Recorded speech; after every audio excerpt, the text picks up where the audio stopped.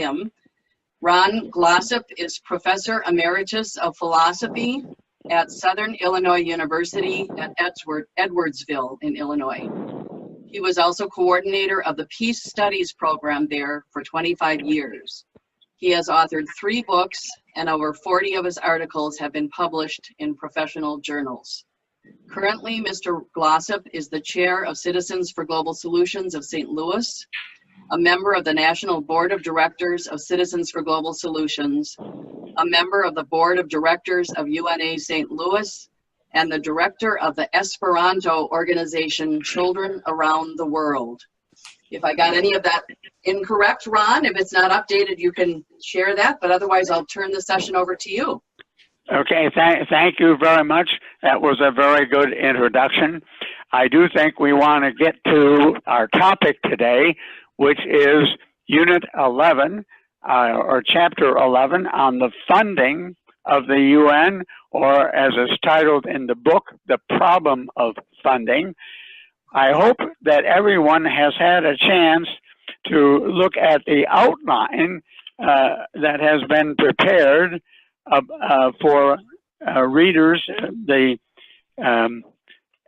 summary of what's in this chapter. I would like to begin by reading the very first sentence and maybe a couple more of that summary. Why is this important? And that's discussed on page 201 and then again on page 221 in the summary of the chapter. How best to finance the many tasks entrusted to the UN system has been a major concern since the UN's founding. How the burden might be most fairly and effectively shared has yet to be systematically addressed. Additionally, funding levels remain far from adequate for the effective performance of many UN functions. Differences in national assessment levels vary substantially from one biennial budget to the next. Determining and justifying these differences polarizes the UN along north-south lines and also east-west lines, creating an atmosphere of pervasive mistrust. Additionally, the ratio of rearages to total budget has increased substantially. Thus, the system has found it expedient to rely increasingly on voluntary contributions, creating the potential problems where donor and UN agendas diverge. In the meantime, the magnitude of challenges requiring the attention of the UN system has expanded dramatically. A simple, equitable, and effective system, one that is prepared to meet future fiscal demands, is needed. So that's where we start. The problems that we have with what exists at the present time. I think it's important to remember in this context that the UN is an organization of and for national governments. It has never been anything else. And so that means that at the UN, you have representatives who are appointed by the national governments. And each representative is supposed to be doing everything he can to advance his own country, and that means also getting things done without paying too much of the money from his own country. So that's what's going on. The people who are at the UN and working out the budgets that are going to be, what's going to be expended, they also have to figure out who's going to pay how much. That is not an easy thing to do, but you also have to remember each representative there is trying to show his own government that he has decreased the amount that his government has to spend and increased the number of things that his government is going to get out of the UN. That is, every representative is trying to get more for his own government and spend less. That makes it very difficult to get enough money to fund the UN. The United States, of course, is one of the biggest offenders, partly because we have an exaggerated idea of the proportion of the UN budget that we pay. Well, we do pay 22%, but if you went on the basis of the proportion of the world's product that belongs to the United States, we should be paying somewhere around 38, 39% of the UN budget. So the people in the United States do not understand what's going on and do not understand how the United States, just like every other government, is doing everything that it can to cut its own input, how much money it puts in, and is doing everything it can to get as much as it can for its own interests. And that is going to be especially the case with President Trump, where he has made it very evident that that's exactly the way he views it, that he thinks the whole idea of the UN is to help the national governments. He does not think in terms of global problems at all. Fortunately, we have people at the UN who are very good at focusing on global problems and bringing them to the attention of the world community. But that doesn't carry over into the funding. In the funding, it's a regular battle every 2 years, which is when they work out the regular budget, every 2 years to figure out how can we pay less and have more influence at the same time.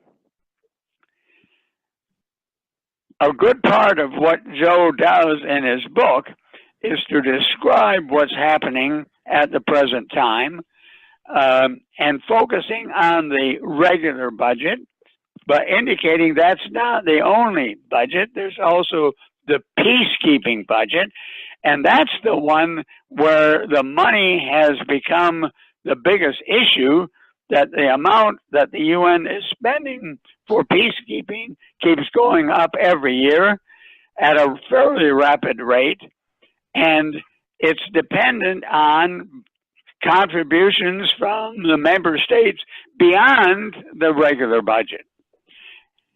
They use that as a way of influencing what the UN is going to do and what the UN is not going to do. They use their financial situation to determine the policies that are going to be followed. The voluntary contributions are even more that way, because there's not much in the way of rules to determine what they can't do. So they'll say, oh, we want to contribute this amount to this particular UN program, and we don't want to fund this particular UN program.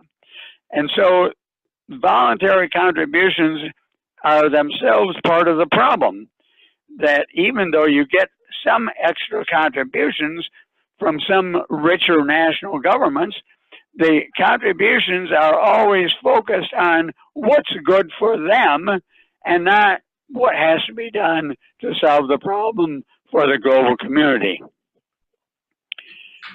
So maybe we need to see if there are any questions about the regular budget. In his book, Joe indicates exactly what our situation is and how little money actually is being spent for the UN, compared, especially if you compare it with how much governments spend on the military. But even if you just focus on other public issues, you're going to see that the proportion of money that goes for the military is much greater than that goes for other things. On the outline on transforming the financial situation, there's a chart with some thought-provoking annual financial allocations for the UN and other entities that points out that in 2017, the United States share of the regular budget, at 22%, actually amounted to only $0.611 billion. That is less than $1 billion going to the UN, while for defense, we were spending $598 billion, and the New York City expenditures for the New York City is $81.7 billion. So over 80 times as much as the United States is giving to the UN. So we've got a system where the UN is trying to operate with a lot less money than it could use. So that's part of the problem of how do we get more money for the UN. Remember, when problems are being investigated, crime is being investigated, the policy always is follow the money. And that also is important for understanding what's going on globally. Follow the money and see how little is being spent for dealing with global problems as opposed to how much is being spent to help this or that national government get what it wants. The UN is supposed to be dealing with global problems, but the organization is not organized to do that kind of thing. Does anyone have any particular questions about what's going on right now? Right up, baby.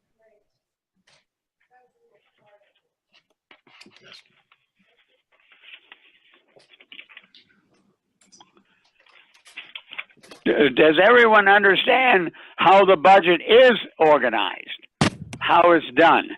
The regular budget is done by a committee at the UN that goes along determining how much money is each national government going to be giving.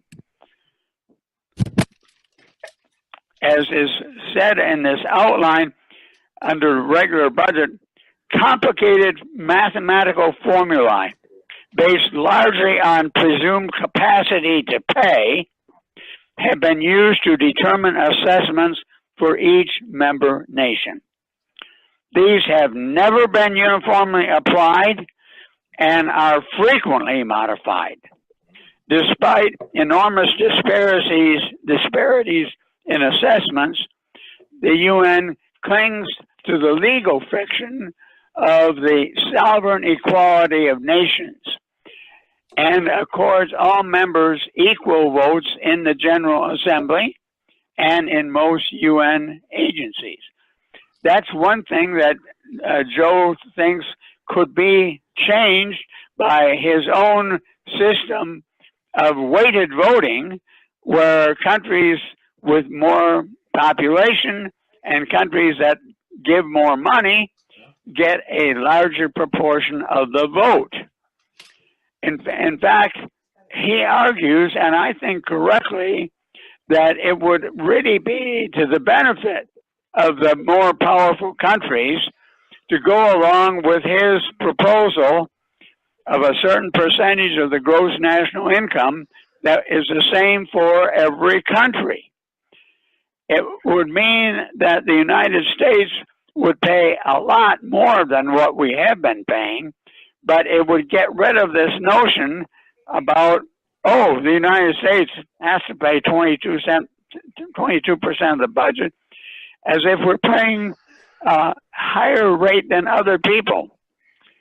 It seems like a system where the proportion of the gross national income that each country has to pay looks like a much fairer system than one where a committee just decides how much each country should pay. Also, as Joe, yes. This is Nancy speaking. So I know you're in the midst of your presentation. Did you want me to ask a little bit about the budget at this point? Yes. So I was looking at an article this morning written by the Council on Foreign Relations, and I could send it to people. It was called Funding the United Nations. What impact do U.S. contributions have on UN agencies and programs? Oh, and it's a year old. Man, Jesus Christ. Gail, are you speaking to us? No, it's not me. Oh, I heard someone speaking. If they could mute. Anyway, this was written a year ago, but this article is saying that the U.S. pays $6 billion is in voluntary funds and $4 billion in assessed funds. So that's a total of $10 billion. That's different than Joe's chart. You know, I don't know. Anytime you start studying money and funding, there's different ways to count it, I guess. It gets confusing. But, you know, one thing, I guess this is a comment for people to comment on. It seems like every time the UN budget is mentioned in any news article, even, you know, a reputable source such as, I would say, New York Times, this idea of 22% comes up, and I think, but they never put it in the context of anything. They never put, you know, and I feel like maybe that's something that we as World Federalists could do to write into the newspapers. First of all, the UN budget as a total is so minuscule compared to the problem that exists. So, you know, 22% of a small amount is a small amount, and that's never meant that, you know, the scope of our global problems that need to be solved multinationally are much bigger than the budget. But also, it's never put in the context of GNI, and I think most Americans, you know, we're just so used to how our life is. We're so unaware of the reality of, you know, GNI for other countries, right? And how other people live. And so we just feel it's unfair that we would pay this amount. And then, Ron, you said that we should actually be paying 38 to 39% of the budget. Can you explain where that number came from? And well, I don't remember right now where I read it, but it has to do, I read it somewhere in Joe's book. Oh, okay. I don't remember the page, but he points out that if you had to pay on the basis of the gross national income, the United States would have much more than 22% of the gross world product. Probably GNI per capita, maybe. Anyway. Well, I'm not, so I don't know all the numbers. Well, the UN now does go on the per capita income of individuals when they're trying to determine how much each country should pay. But Joe's proposal is very different. It's not on per capita. It's on the total gross income. And that's where, as I said, I can't remember exactly where I read it now, but I think it's like 38%. Okay, you're leaving at 1, it's 1:45. How are you going to do that? Okay, just be out of here before she comes, because I never have to juggle you.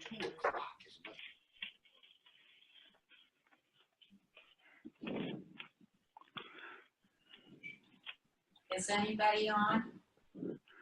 Yeah. Well, Is Nancy? Yeah, we're here. I think Ron is looking for something in the book. yes. I'm trying to find out where I saw that.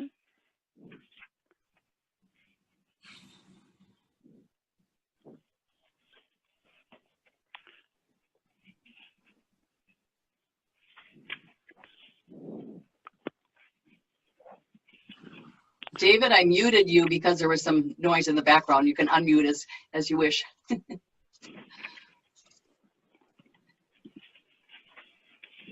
Well, that's okay. But I guess, you know, what I keep thinking about is we have so much work to do to help individuals and, you know, citizens of this world think of themselves as global citizens and realize that we can't possibly stay within the border of our countries and solve problems.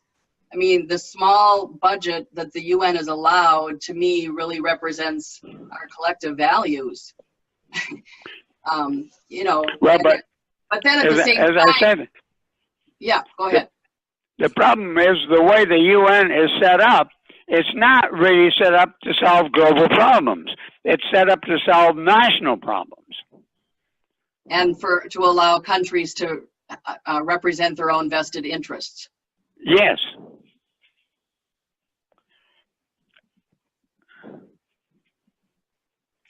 Well, why don't you continue with your presentation, Ron? Yeah. Well,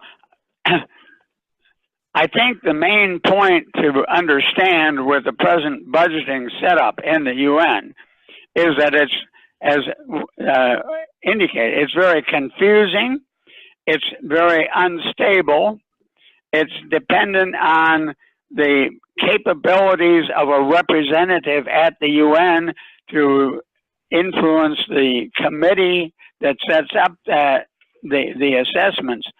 And then the U.S. can, on its own, say, well, we're only going to pay this amount, and if you don't allow us that, then we're just going to quit. You have to do what we want you to do. And so the United States will be able to use the financial situation at the UN for its own interests. I think that's the critical thing that we have at the moment. And what Joe is proposing is, I think, a very, very intelligent, sensible way of dealing with the situation. And I think it's also important for us to pay attention to the other proposal for another way of dealing with the situation, the so-called Tobin Tax. I think everybody knows a little bit about the Tobin Tax, but maybe not.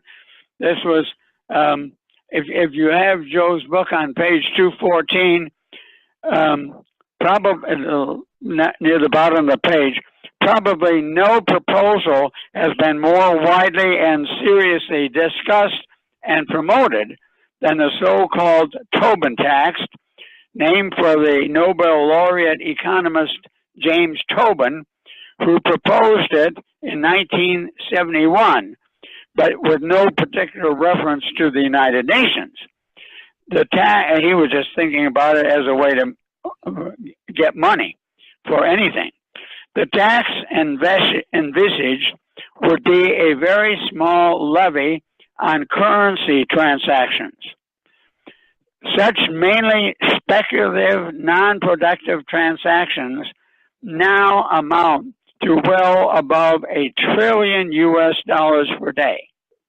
Thus, with a tax rate as low as 0.001%, or possibly even less, which Tobin Tax advocates argue, would not harmfully restrict currency trading. One should be able to collect more than $1 billion per trading day, or at least $200 billion a year, even after deducting collection costs and allowing for a modicum of tax evasion. Yet, despite the apparent simplicity and attractiveness of Tobin's proposal, the idea has been roundly criticized by economists and others. It would allegedly inhibit the liquidity of capital, dampen financial initiatives, and be widely avoided by shifting transactions from traditional financial centers such as London, New York, Frankfurt, and Tokyo to offshore tax havens, such as the Cayman islands. Joe says, while I support the Tobin tax in principle, I do not believe it will be needed in the foreseeable future for two fundamental reasons.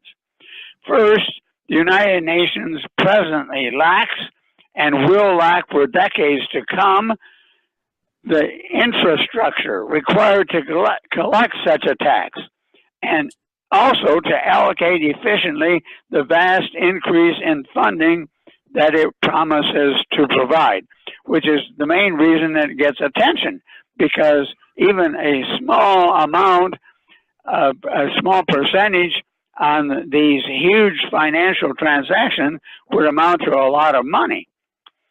And second, Joe says, the funding the United Nations will require for the next several decades can be raised through much simpler means.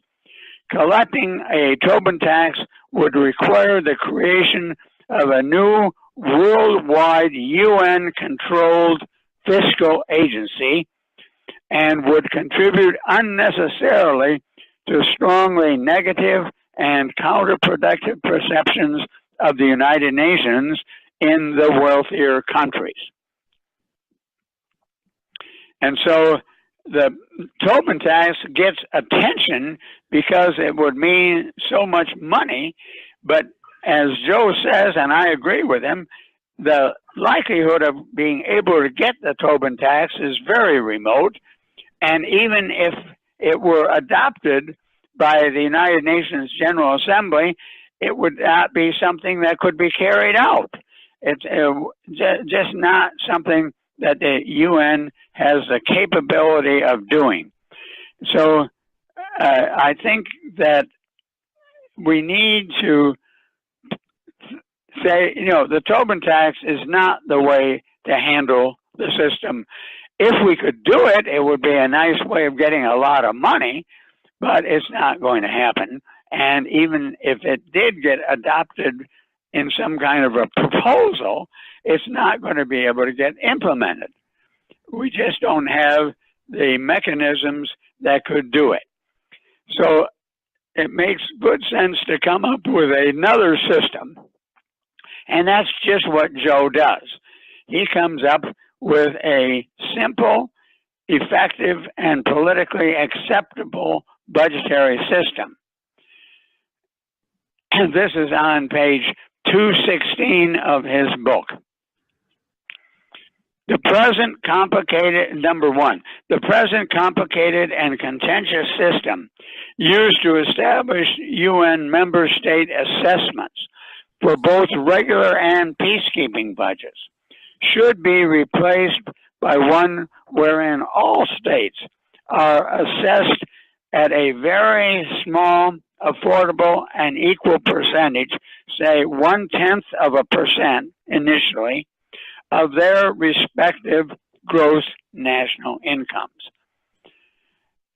Point 2, the revenue thus raised should more than suffice to cover all the costs for functions presently carried out by the UN system, not only via funds raised in the regular and peacekeeping budgets, but also for the specialized agencies and the activities made possible by the voluntary contributions. So Joe's saying we don't need anything like the Tobin tax. There's something else that can be done, and it's something that would mean that everybody in every country would realize that their country is paying the same proportion of their gross national income as every other country. So the rich countries would be paying more, but the percentage would be the same.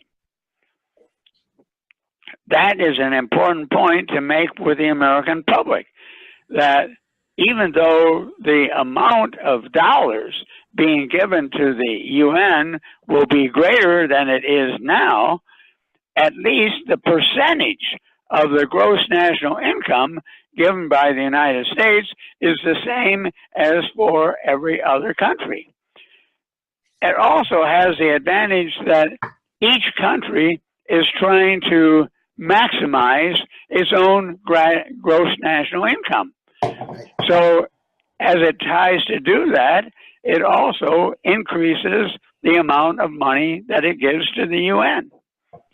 So you've got a system where the national governments, wanting to do what's good for themselves, raise their gross national income, at the same time are going to be helping the UN with its budget, because the proportion of money that they give,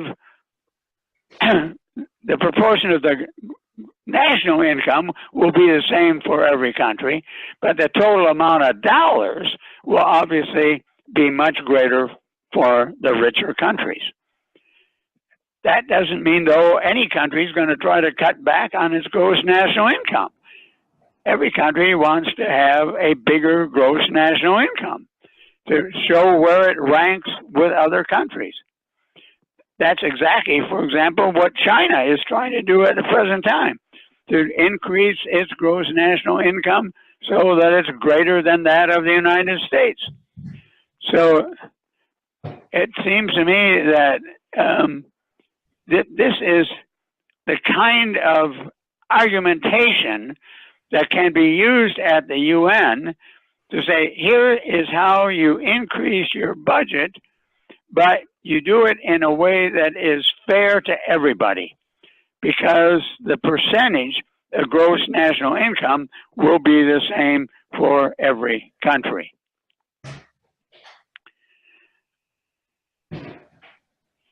I think, the biggest problem, of course, is that this is a way of increasing the total amount that goes to the UN. And there are certainly people who don't like that idea. But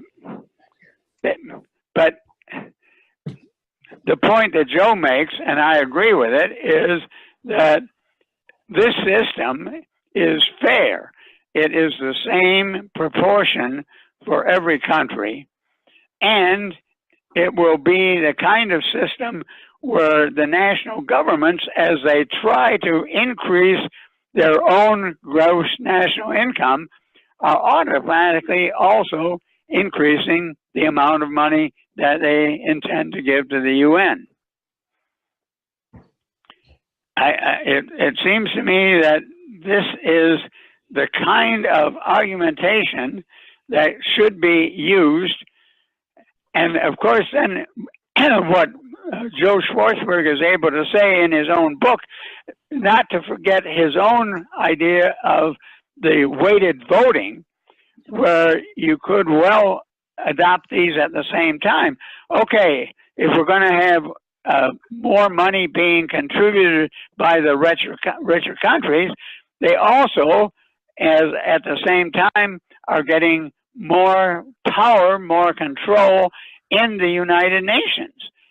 Unlike the present situation, where in the General Assembly, every country is getting one vote, regardless of how much it gives, regardless of how many people it has, regardless of how big or small it is.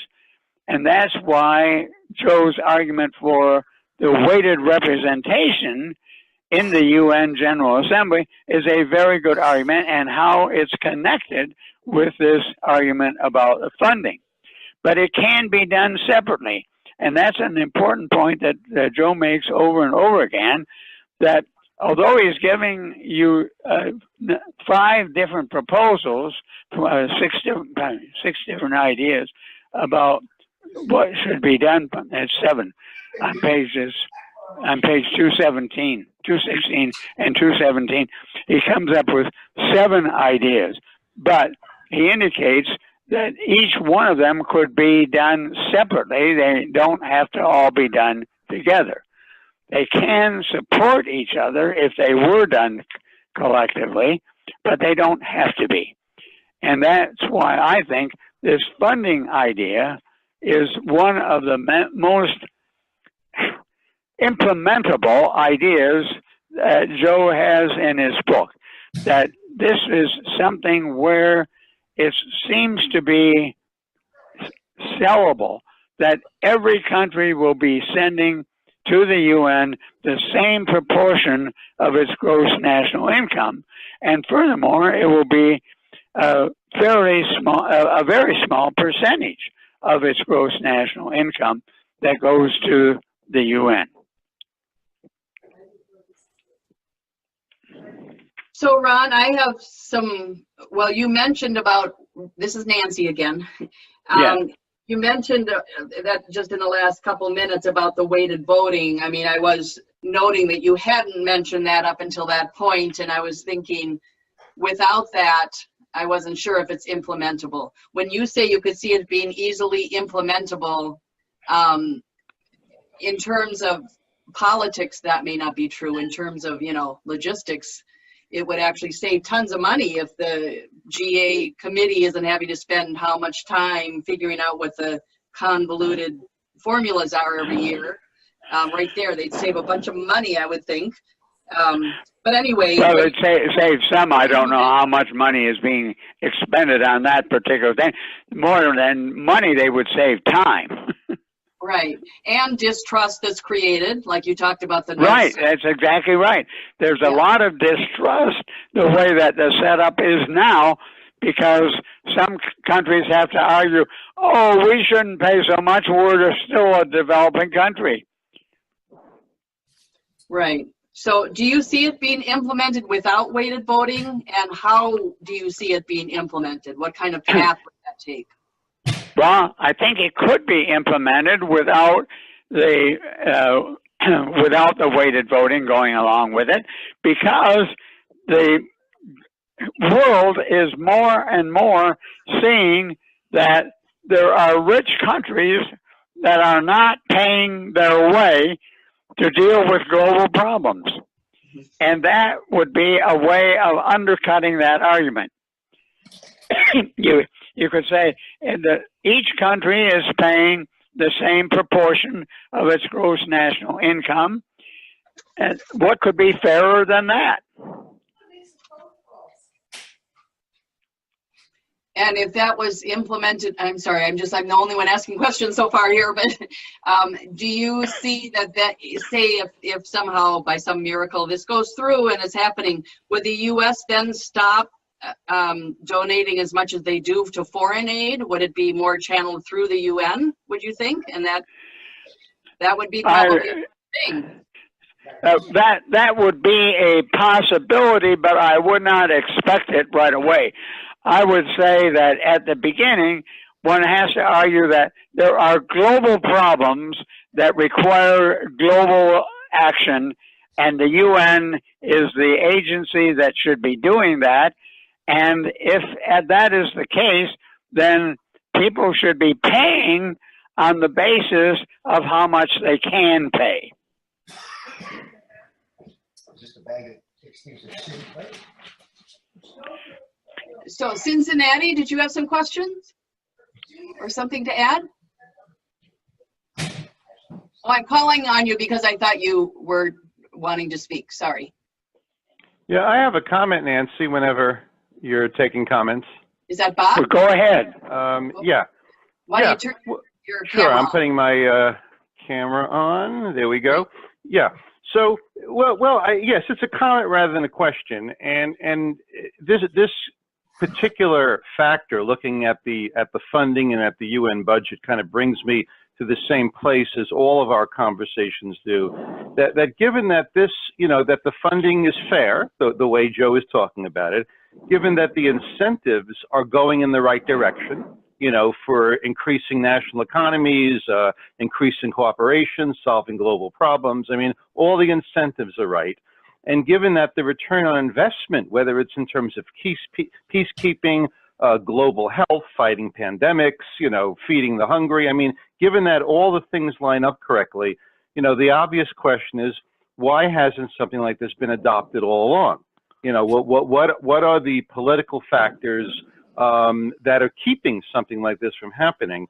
And for me, again, it goes back to the kind of the massive global education task that is in front of us, that no matter what we look at, the kinds, whether it's, even modest UN reforms or whether we're talking, out in the future to a full-blown world federation, it all comes back to the challenge of how do we educate a global public to demand these things, to first of all understand it, to see that it's in everyone's own best interests, and then to vote for people who then send ambassadors to the UN to put it on the agenda and get this done, So for me, it keeps coming back to the same question, and this whole discussion around the funding is yet another kind of spoke in the wheel, that aligns with the same thing. How do we do the global education to move the world forward to demand this? So I don't have an answer necessarily, but I think that's where all of the questions point to. So I agree with you. Yeah. Bob, I think you're making a very good point that we have a huge education problem. And that education problem is mainly in the rich countries, including the United States. Yeah. And it is the case that now polls show that more and more people are viewing themselves as world citizens. And even in the United States, despite Trump, we've got a lot of people in this country who think of themselves as world citizens, who support the United Nations, who do not like this idea that the United States should be so aggressively domineering in the UN. There are plenty of people who don't like that. And those are the people that we need to appeal to and say, look at this system of funding that is fair, that is the same proportion for each country, and let's put our weight behind that and get it so the UN has the funds that it needs to look at global problems. Mm-hmm. Yeah, and even if I can add, even in the face of surveys like that, still, the curricula of schools around the country have been dummied down. Civics has been taken out. A lot of, international stuff has been taken out. It's just, it's kind of appalling how there are these counter trends at the same time that it's clear what needs to be done. That is another very good point. As someone who taught philosophy, I am now aware of the fact that there are some graduate schools that are closing their graduate philosophy programs. Why? Because the people can't get jobs after they get their degree. Yeah. I have a question. Yeah, go ahead. This is Mac in Cincinnati. We've had an experience here when we realized that the war in El Salvador was negotiated. The peaceful solution to that conflict was negotiated through the UN. The civil war there, which is very unusual, internal conflicts being mediated by an outside party. But what that informs is this, that informs my question, okay? And the question is sort of a very practical one, maybe with a little bit of negotiation implied in it. I'm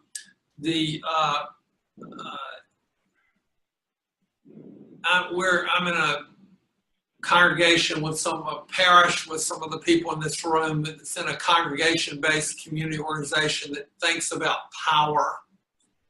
And part of the training in that is around what is called the Melian debate or the Melian dialogue in the Peloponnesian War by Thucydides, okay? And basically the island of Melios woke up one morning and saw the Athenian fleet parked outside their port demanding money, basically, for Athens. And they wanted to negotiate. And Athenians said, democracy is just for people with, somewhat equal power, and you don't have enough power, therefore pay the tax or die. Okay, that was the debate. Okay, and so building power becomes important, which is what happens in these attempts to happen in these congregation-based organizations, and what perhaps needs to happen in this conversation. And what I want to inquire about, or try to appreciate more, is what the United Nations might have in its ability, similar to in El Salvador, to offer in conflict resolution on the world stage, which is valuable, and therefore could demand as an more equal value from the political subdivisions, the countries that benefit from it. And I'm thinking, for example, of the budding trade war here between the United States and China, for example, tariffs and so on. So if the negotiation, diplomatic skills, and institutions could add value somehow, perhaps this is a naive question, then perhaps the exchange, which is what we're talking about with the United Nations, would be different with some of those big countries because it's more valuable. Does that make sense? Well, I'm not sure I understand everything, but I would say this, that there are two basic ways of looking at how you deal with conflict. One is just, I'm more powerful than you, therefore you got to do it my way. Another way is through compromise and negotiation. And the way that goes to the height is when you have a government and you have voting. And so you have a system where you don't go on the basis of who's got the most money, who's got the most power, but what needs to be done to solve the problem. And how big do you see the problem? Do you see the problem as a global problem, or do you see it as just something that's going on in this part of the world? I think, what we really, I guess maybe I need to go back to the point I made at the very beginning about what the United Nations is. The United Nations is an organization of and for national governments. It's not for the global community. It is an international organization between nations. It's not a global organization. A global organization is one that deals with the world as a community. In fact, this is what's really basic about our world federalist idea. It's global in its outlook rather than international. Some people ask me, what's the difference between international and global? The difference is international is the kind of view that you get when you have a globe with the different countries in different colors and a black line around each one of them. That's internationalism. Each country has its own national language. Each country looks out for its own national population. That's different from globalism, where you say we're all in one global community. We can have divisions within our global community, and that's the idea of a federation. You can have divisions, you can have differences, you don't all have to follow uniformly what one is doing, but we have to change the attitude. We're not just trying to promote the interests of our own small community compared with the global community. I don't know if that makes sense or not. But I realize that ideal, okay? And what I guess I'm trying to do is juxtapose the ideal and the real, okay? Yes. And the opportunity that is presented by the real to move toward the ideal, okay? So the war in El Salvador was an opportunity which the UN, had a solution for, a global solution for it, came into a bi-national conflict and, as a new party of nations coming into it and globalized the conversation. And the Civil War was brought to an end. Now we have a trade war, and much of the economy here is already globalized, And so having a global institution perhaps contribute, however difficult that is, to a binational conflict, perhaps that presents an opportunity to, at the same time, improve the exchanges of those big economies with the United Nations. Does that make sense? Yes. Well, in fact, something like that happened with the International Court of Justice when there was a dispute between Canada and the United States about where to draw the fishing lines along the eastern coast north of Maine. And the United States and Canada both agreed that they would go along with the International Court of Justice to deal with that issue, and that's how it was solved. And so that's a good example of where you had a binational conflict, economic conflict, and it was resolved by bringing in the International Court of Justice and making a ruling which both Canada and the United States accepted. Yeah, this is Bob Flax. I'd like to add a little thought to this discussion, which is part of the problem, as I see it, is we're presupposing rational actors, and we're presupposing that that a country would work as a whole as a rational actor, rather than that there are moneyed interests and networks of power that have investments in keeping the things the way they are. Yes. So if in fact everyone was, going back to, I think it was Jefferson's, thought that everyone would be educated and we would all make, rational choices, rather than having people who really mold public opinion, who really get people to vote against their best interests, et cetera, et cetera. So we're dealing with a very convoluted, playing field right now.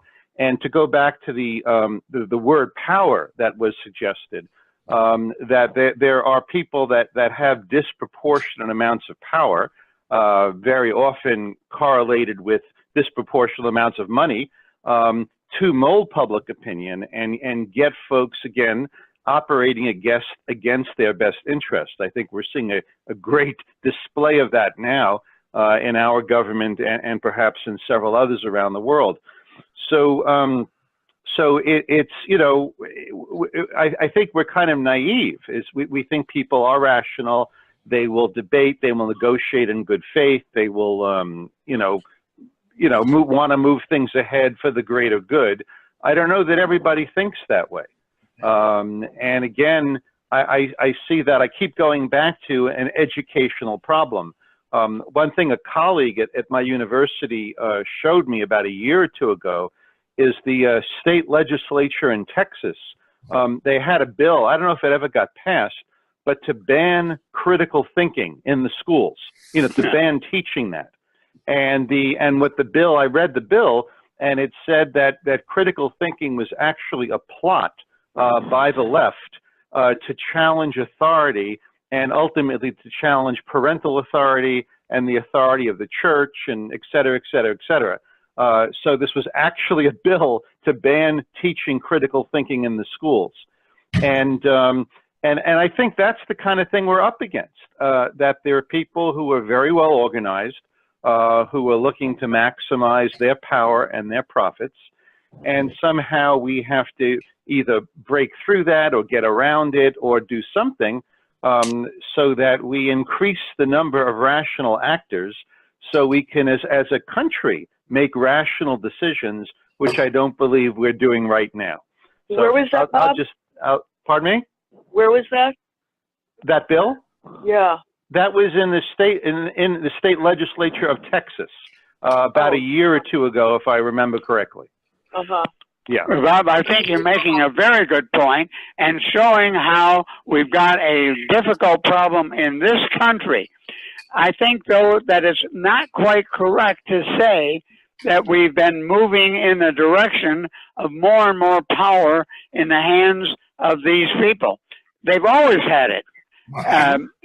What's been happening is gradually in world history, there's been a gradual move toward more democracy, toward more involvement of everyone instead of just a few people controlling things. Yeah. Well, I don't disagree with you in the, you know, if you view things with a telescope, I think you'll see what you're saying. If you view things with a microscope, and that's what I tend to do. Yeah, but if you view things with a microscope, I believe at the moment we may be taking a downturn. But either way, the overall trajectory is one we have to get behind and accelerate. So I'll agree with you there. This is Gail. I very much agree with Bob regarding we've been assuming a rational system. And I've been concerned for some time about corruption, which is a related problem. You can have the most ideal system at a given point in time, and it might work beautifully momentarily, but when you have huge gaps in power, which I think is the fundamental underlying problem, then those who have so much more power than others can work to corrupt the system. And I think that's a huge problem, is a fundamental underlying problem that we generally don't address, that needs to be addressed at some point if we're going to have a global government that works.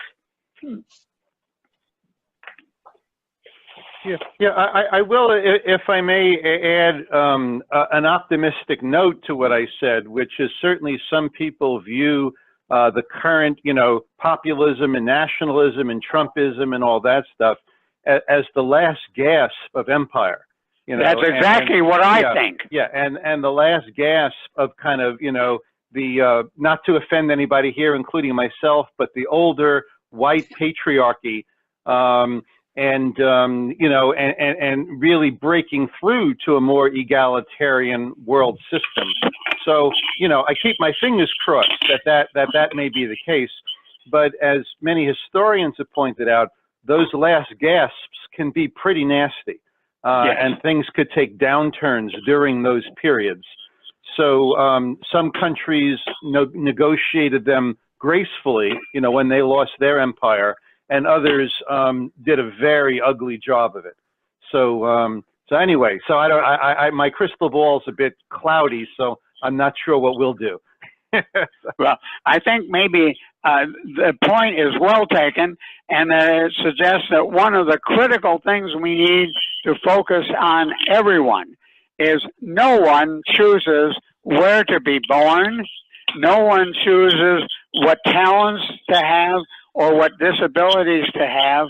And that is the basic idea of the equality of people, that you need to recognize that in essence, no one decides to be rich on his own. No one decides to be powerful on his own.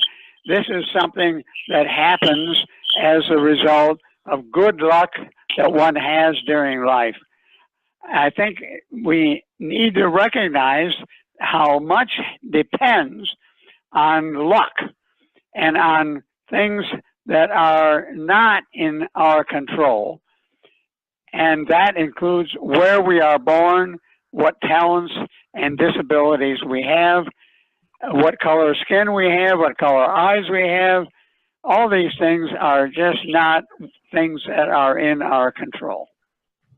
So we need to wrap up pretty soon. I just wanted to give a final chance for anyone who hasn't spoken yet, if they'd like to add something. Hi, Nancy. Hi, David. So let me do that. I'm supposed to rushing out of here. Boy, a lot of things. I didn't hear all of the conversation. The Tobin Tax, Joe mentioned, I think he's totally correct that the UN shouldn't be administering that, collecting it. But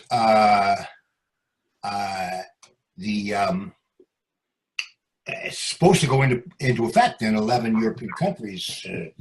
I thought it was before. So what you do with it, who spends it, those are issues. So Joe said it's got a wonderful proposal here. What was striking to me was to see in the final page that the United States is paying 0.6, just over $500 million to the regular UN budget. $500 million? I mean, this is nothing. We should be paying 50 billion or something like 20 billion to the World Organization. It's just insane. No one knows it. The other thing I want to say, Nancy, maybe I read that book carefully and I didn't get the actual numbers. What would the U.S. be paying under the Joe system with the 0.01%? How much would that budget be?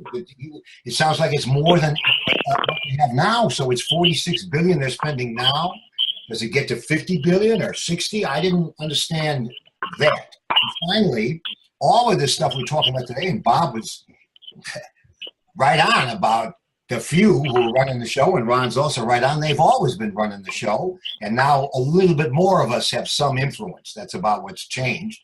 But it's exactly that, and they are using that money and power to completely control the discourse, so that I didn't know that the U.S. is spending just over $500 million, and it was all on the basic budget. If I don't know it, the ordinary citizen certainly doesn't know it, right? And that is the subject, is the framing, the dispersion of the information about what is happening, how inappropriate it is, and what is a clear and positive alternative. And Joe's book is rife with those alternatives that work, but the public doesn't know about them. And this confluence of our ideas and other very conscious ideas to the public is the missing piece, to which I think the movements, Federalists, have given no attention. How to get the message to the mass public is the central issue, I believe, of Joe's book.